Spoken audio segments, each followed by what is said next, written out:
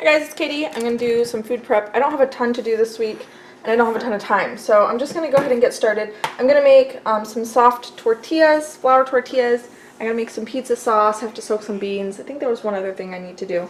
And I'm going to start with the tortillas and wherever my measuring cup went.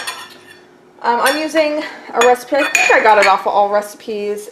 It's a whole wheat tortilla thing. I'm going to do all white flour, all-purpose flour. Can you see that? Those are the ingredients, and I'll just show you how to do it. I used to do the whole wheat, and I do like whole wheat tortillas. I like whole wheat everything whenever I have the option, but they're just a little bit more difficult to roll out nice and thin and to get nice and flexible, and they're a lot easier to overcook. And anyway, the white flour is just a lot easier, so I'm going to do that. So 2 cups of flour. I have a sourdough tortilla recipe on my channel, which I really love, but I don't have my sourdough starter ready to go. I got a half a cup of water here.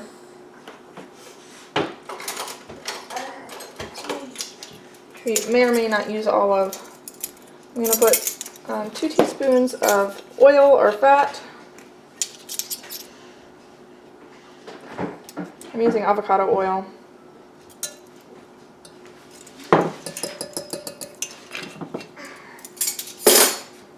Some salt.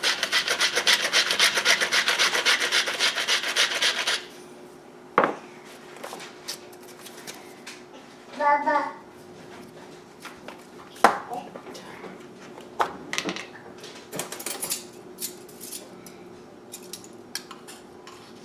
And a teaspoon of baking powder, or 2 half teaspoons if you're keeping track. Okay, so just gonna stir this up and add the water a little bit at a time until it comes together into a smooth dough.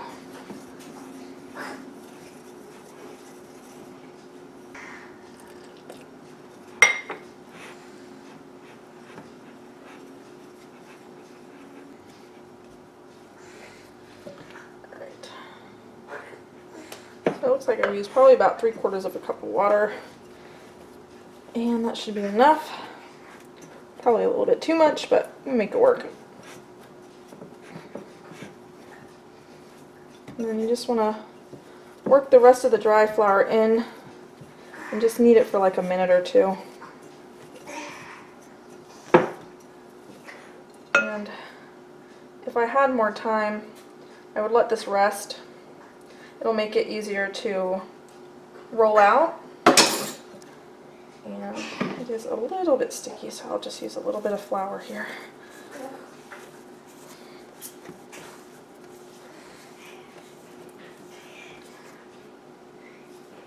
Alright, that seems much better.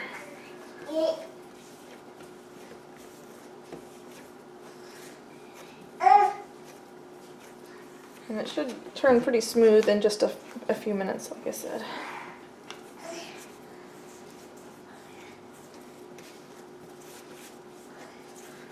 Okay, so it's getting smooth. And you can just divide this evenly. I'm going to use a scale just because I want them to be exact, since I'll be putting them into my nutrition calculator. That way I know how many calories and all that stuff is in each one. So I will weigh the whole dough ball and then divide it by like 10. So 46 grams for each. And I've already preheated over here my griddle, my cast iron griddle there, to like a medium.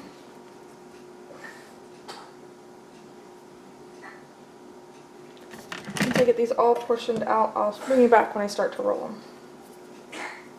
Okay, I'm going to keep those covered while I roll these out so they don't dry out.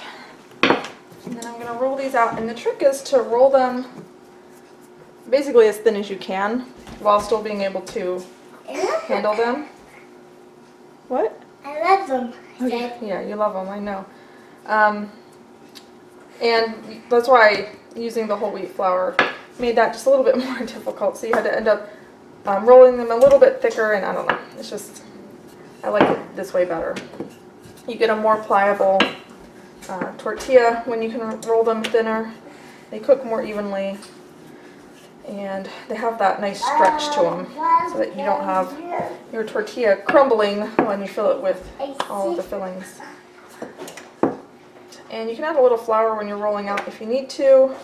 I try to keep that to a minimum because the more dry flour that's on these when they go on the skillet, then it starts burning on the skillet or the griddle, and it's just easier to make a bunch without having to stop and clean your your griddle off or having it smoke or anything like that. So this one's not very round, but that's alright. See if I can fudge it a little bit. Alright.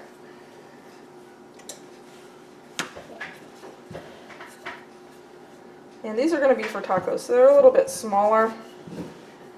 If you want to do burrito shells, you could just, make less per recipe since I'll be bigger.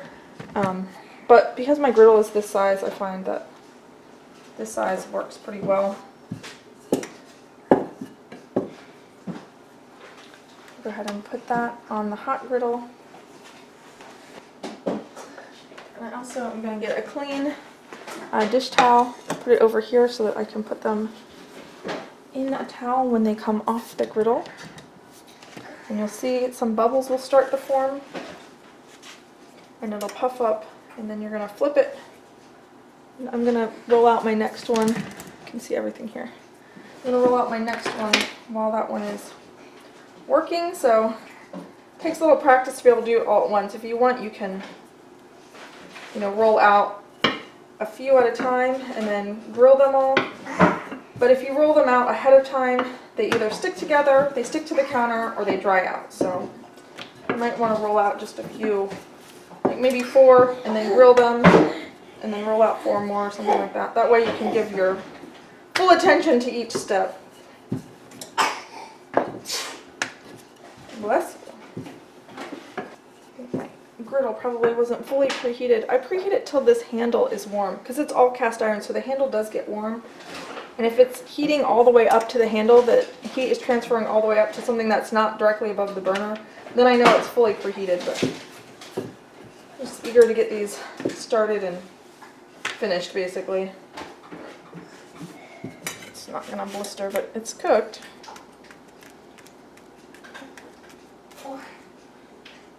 Yeah, so it's hot right about here. If it's hot all the way up, that's kind of my barometer for when it's preheated. And this is a dry skillet, or griddle. This one will just be pretty pale. But it's cooked through, so it'll work.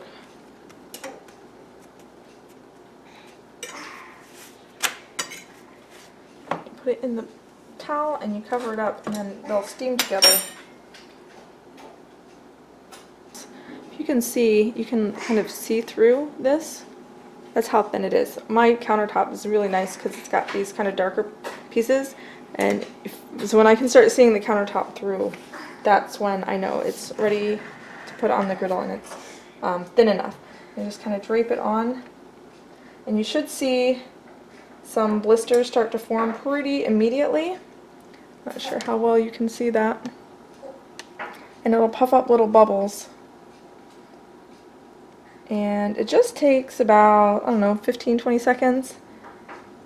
And then you'll flip it, and you should get little spots that are dark brown. You don't want to get it too brown, or else it won't be pliable. And give it a little peek. And give it a flip.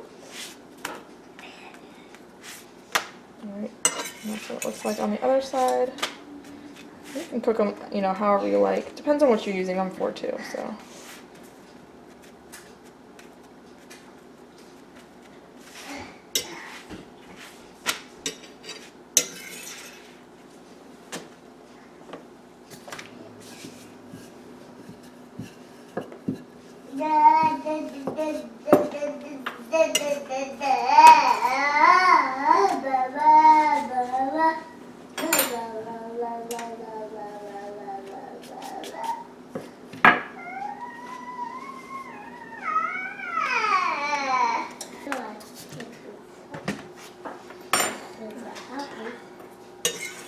Last one in here.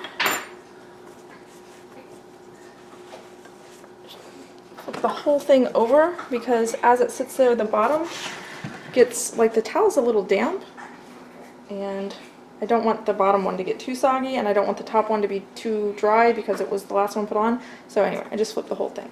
And then I'm going to let these cool. We're going to have these later, so they're excellent if you can make them right before, but this is something that very rarely do I make them right before because it takes some effort to get it, and there's usually other things to do right before dinner. So anyway, just let them cool like this, and then you can put them in a Ziploc bag and keep them in the refrigerator.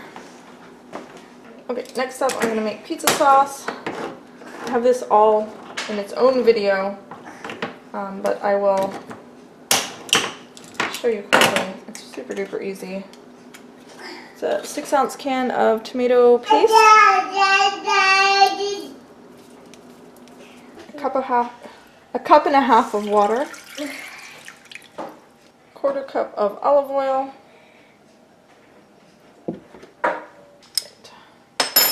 2 cloves of garlic,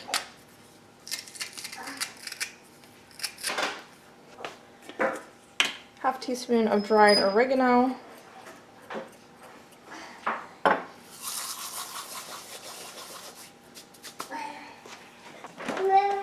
and ½ teaspoon of crushed red pepper flakes. And you basically just want to bring this up to a simmer until it all combines. And break up that tomato paste a little bit back here.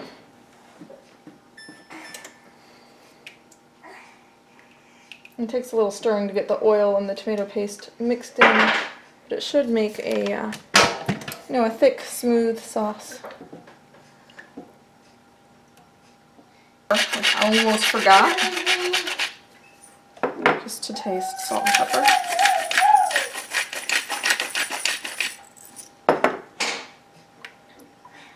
Okay, and then over here I'm just going to soak some chickpeas. Use this larger container because chickpeas tend to swell up a lot more than like every other bean. So I'm going to soak 2 cups.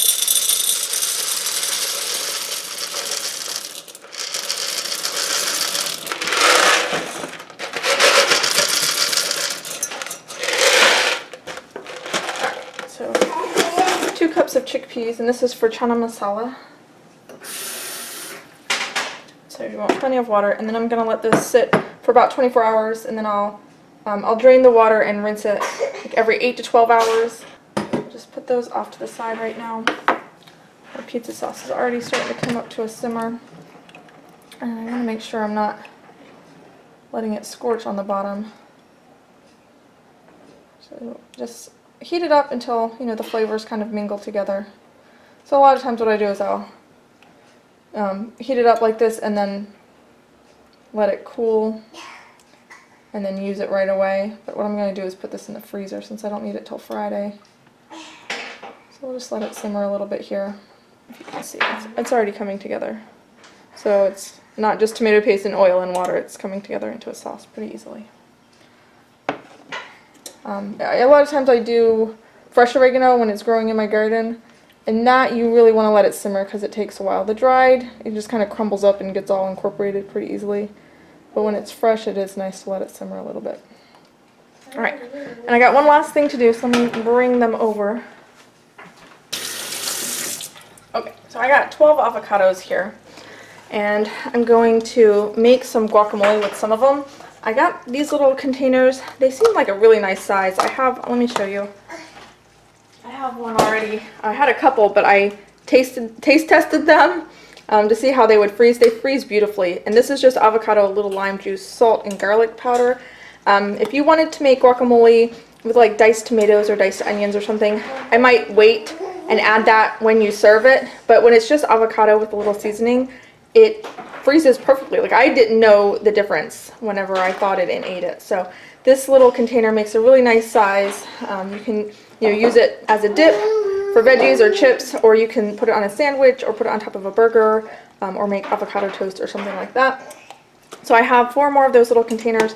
Like I said, this is a good size. So I'm going to do maybe like 3 avocados to make, maybe 3 or 4. I'm not sure how many will fit into this. To make those for like ready-made guacamole. The rest of these are going to go right in the freezer just as is. I did a test run on this. I'll insert a clip of how they turn out, and then I'll give you a couple ideas how to use them.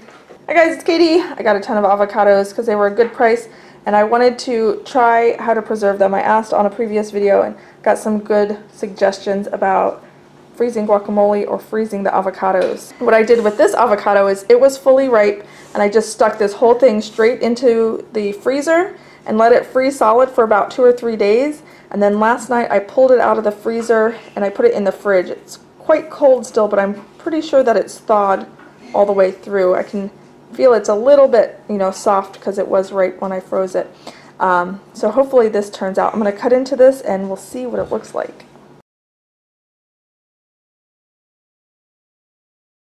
That's what it looks like. Now, like I said, this was pretty ripe, so it might have looked like this before it froze. I'm not sure. I'll get a little spoon and give it a taste. Yeah, so it's a little softer than I usually like avocados, but it's definitely still edible.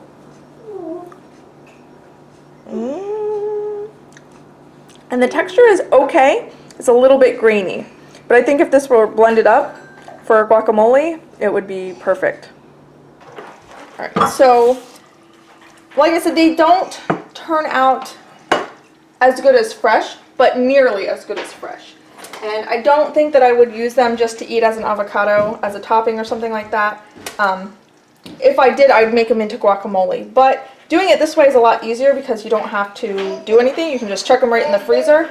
Especially if you find yourself with an overripe avocado, just chuck it in the freezer, and then when you have a few, you can use them for a recipe.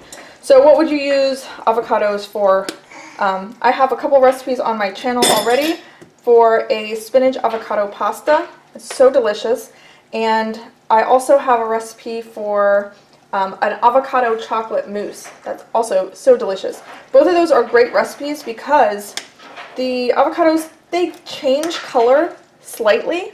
And, it's not something that's that big of a deal, but it's definitely a little bit darker.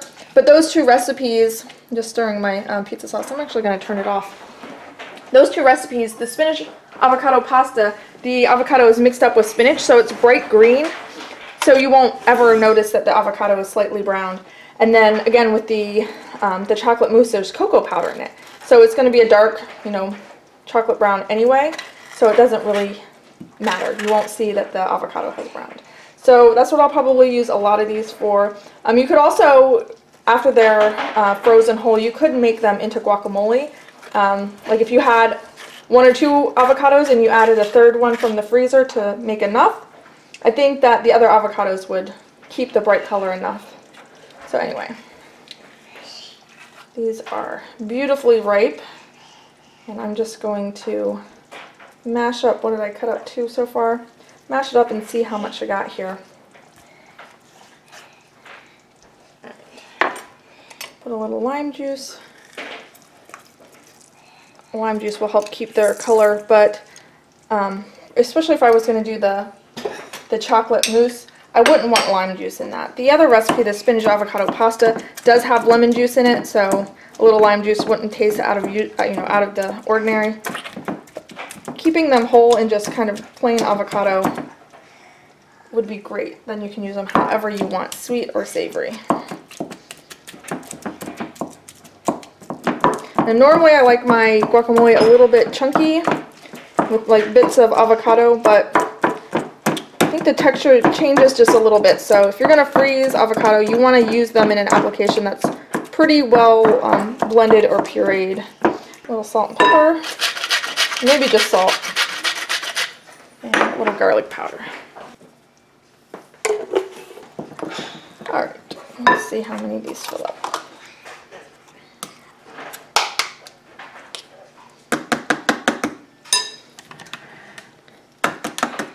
Just tamping it down so that there's no air pockets for the guacamole to turn brown. You want to leave a little area for them to expand. And so the ones I did before, I put a little piece of parchment paper on top to keep the air out. But I did one where I didn't do that, and it was fine because it didn't, I don't know, it didn't turn brown. I guess they freeze quick enough, so. See how many of these I can fill up with just 2 avocados.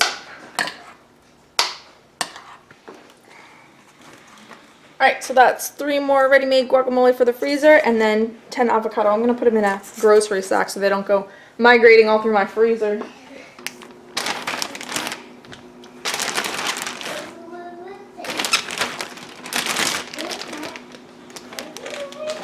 Alright, that's going to do it for this week's meal prep. Short and sweet, but hopefully motivated you to get into your kitchen and make something from scratch.